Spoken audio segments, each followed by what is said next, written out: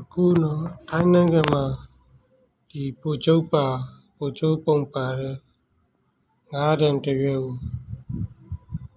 နေလွဲလမ်းဘတ်နဲ့ဝယ်နေတယ်နော်တကယ်ချင်းတွေမှာရှိရင်လည်းတစ်ချက်ပြကြနော်ကျွန်တော်မှာငါးတန်တစ်ရွက်ရှိတယ်သူတို့ပြောတာနေလွဲလမ်းတန်း100ရအောင်နော်ဒီတစ်ရွက်ရဲ့တန်ကြီးကတန်း100ရှိတယ်တဲ့သူတို့ပြောတာနော်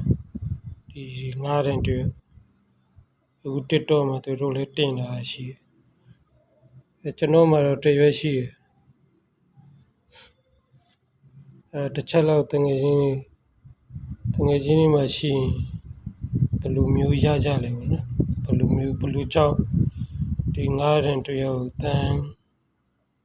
100ရလဲပေါ့တစ်ချက်လောက်သိတဲ့လူပြောပြပြီးနော်ဒါတော့ကျွန်တော်မှာတစ်ရွက်ပဲရှိတယ်ရှာပါကျွန်တော်မှာတစ်ရွက်ရှိတယ်သူတို့ပြောတော့နေလွဲလမ်းဘတ်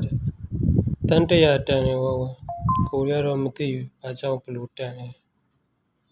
လောလောဆယ်တော့ကျွန်တော်မှာတစ်ရွက်ရှိတယ်ဗိုလ်ချုပ်အောင်ဆန်းပုံပါတဲ့ပတ်စံငါးတန်ပေါ့နော်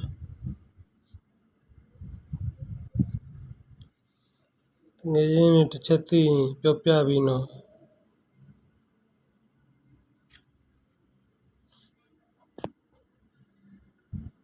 သူတို့ပြောတော့တန်း100တန်တယ်နေလွဲလမ်းတန်း100တန်တယ်ပေါ့နော်ဒီဗိုလ်ချုပ်အောင်ဆန်းပုံပါတဲ့ငါးတန်တစ်ရွက်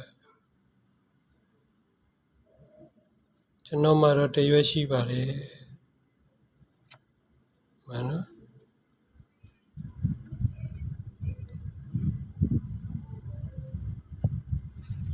တန်း100တန်ပြောတာကိုရောနားမလဲ